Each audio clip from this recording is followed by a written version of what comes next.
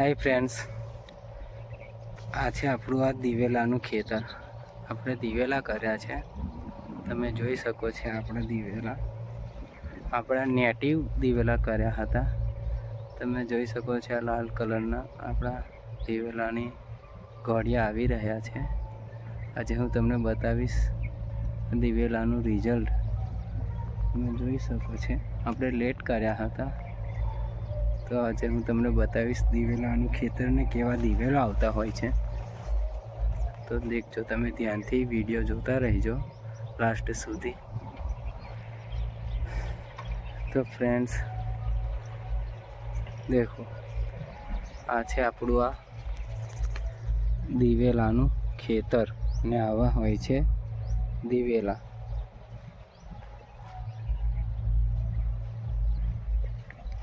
આ રીતે તેને પહેલાં ફૂલ આવતા હોય છે, ફૂલમાંથી દિવેલી થતી હોય છે આવી સરસ મજાની. દેખો, આવા ઘોડિયા થતા હોય છે. આ હું તમને બતાવીશ. દેખો, આ મસ્ત સરસ મજાનો ઘોડિયો થઈ ગયો છે. અને આપણે આ નેટિવ દિવેલાનું બિયારણ લાવ્યા હતા અને તે રોપ્યા હતા. તો આજે હું તમને બતાવીશ આ નેટિવ દિવેલાનું રિઝલ્ટ. સારું છે. તમને પણ સારું લાગ્યું હોય તો કમેન્ટ બોક્સમાં જણાવી દેજો. દેખો, મસ્ત સરસ મજાના નાના નાના દિવેલા. જે કોઈને બી લેટ કરતા હોય, એ રીતે ડાંગર કરી હોય, ડાંગર કાઢ્યા પછી દિવેલા કરવાના હોય, તો આ રીતે તમે આવા દિવેલા કરી શકો છો. આવા હોતા હોય છે આ દિવેલા. દેખો, મસ્ત થઈ ગયા છે દિવેલા. અને ઘોડિયા પણ દેખો કેવો મસ્ત સરસ મજાનો ભરાવદાર ઘોડિયો આવ્યો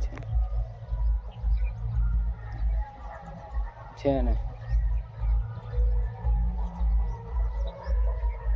આ તમે આ ઘોડિયા જોઈ શકો છો.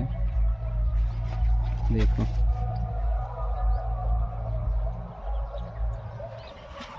મસ્ત આખા ખેતરમાં આપણે આ દિવેલા થઈ ગયા છે. હવે જોઈશું કેટલા દિવેલા થાય છે તે. દેખો, આ રીતે. અને દેખો, તમને કોઈ વાર દિવેલામાં એવું થતું હશે કે કોઈ એક અલગ પ્રકારનો દિવેલો હોતો હોય છે. આ દિવેલાને નર દિવેલો કહેવામાં આવે છે. નર અને નારી. આ નર દિવેલા પણ રહેવા દેવા સારા હોય છે. દેખો, ભલે તેને ઘોડિયા આવતા નથી, પણ તે હોવા જરૂરી છે ખેતરમાં. ઘણા બધાને એમ થતું હશે કે એને ઘોડિયા નથી આવતા, શું કરવાનું. તે સારા હોય છે. અને આપણી આ દિવેલી છે. એક આ બીજો મસ્ત સરસ મજાનો મોટો ઘોડિયો બતાવીશ હું તમને. દેખો, છે ને મસ્ત ભરાવદાર. દેખો, કેટલો મોટો ઘોડિયો આવ્યો છે ને.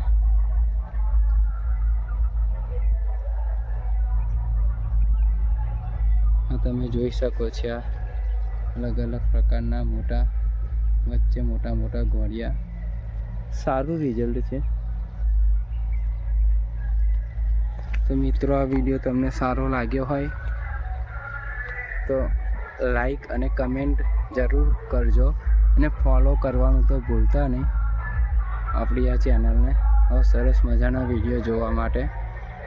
તો હતું આપણું આ દિવેલાનું ખેતર છે ને, સરસ મજાનું.